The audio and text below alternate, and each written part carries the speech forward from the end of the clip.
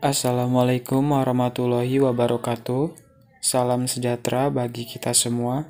Shalom, Namo Buddhaya, Om Swastiastu, Salam Kebajikan. Kami dari kelompok 3B TPB 26 Fisika Dasar 1 ingin menyampaikan materi tentang penerapan hukum Bernoulli pada kincir air sederhana. Hukum Bernoulli adalah sebuah konsep yang luas. Konsep ini tercipta dari beberapa gabungan konsep fisika, yaitu tekanan, massa jenis, laju zat aliran air, kekentalan zat air, dan ketinggian potensial dari gravitasi.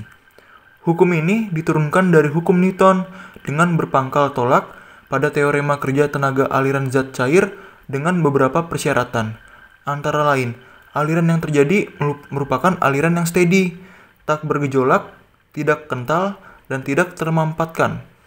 Prinsip ini diambil dari seorang ilmuwan yang berasal dari Belanda atau Swiss, yang bernama Daniel Bernoulli. Bentuk persamaan Bernoulli. Bentuk persamaan Bernoulli berlaku pada 1. Aliran tak termampatkan. Aliran tak termampatkan adalah aliran fluida yang ditandai dengan tidak berubahnya besaran kerapatan massa atau dikenal dengan densitas dari fluida. Persamaan Bernoulli-nya yaitu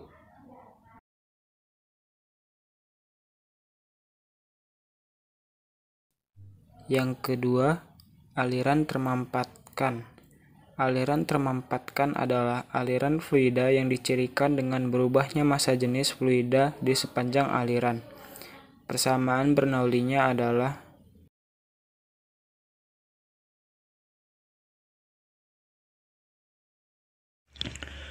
Fluida dinamis. Fluida dinamis adalah fluida yang bisa berupa zat cair atau gas yang bergerak.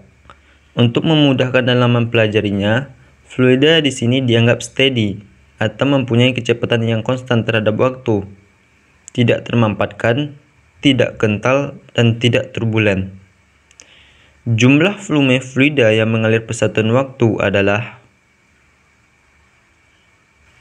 dan aliran fluida sering dinyatakan dalam debit aliran sebagai berikut.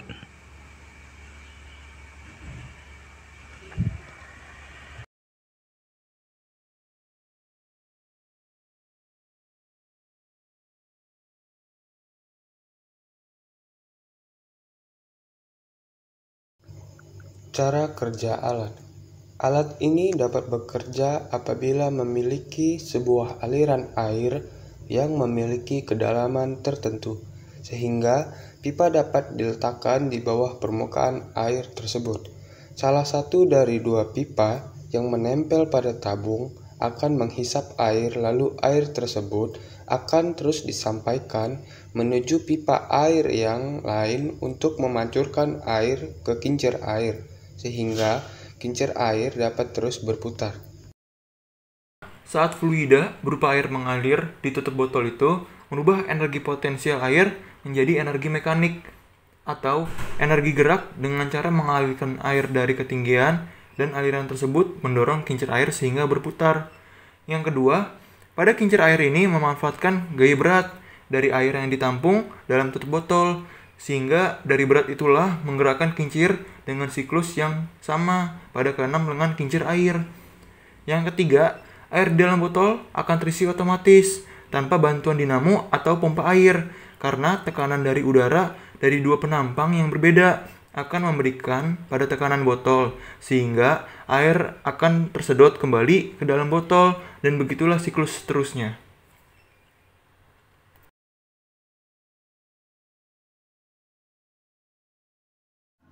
Hasil dan analisis dari alat. Pada kesempatan kali ini telah kita lakukan beberapa kali percobaan, mulai dari proses gagal dalam percobaan hingga akhirnya berhasil melakukannya. Beberapa hasil proses yang telah kami lakukan ataupun yang telah kami alami pada saat percobaan adalah sebagai berikut. Pada saat percobaan pertama, kincirnya berputar dengan sempurna, tetapi air yang ada di dalam botol tidak dapat mengisi otomatis. bahkan tidak bisa mengalir saat ujung penampang sedotnya diletakkan dalam air. Dari analisisnya, kemungkinan tekanan udara tidak cukup untuk menaikkan air kembali ke dalam botol. Pada percobaan selanjutnya, yaitu percobaan kedua, setelah memperbaiki ketinggian pada sedotnya, maka air di dalam botol dapat terisi secara otomatis tanpa menggunakan dinamo ataupun pompa air, dan kincir pun dapat berputar dengan sempurna.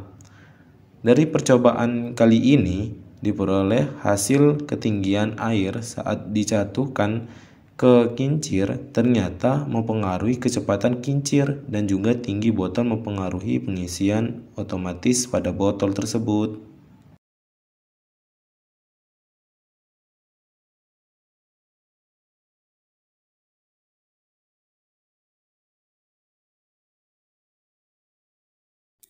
Terima kasih guys kepada kalian yang telah menonton video ini.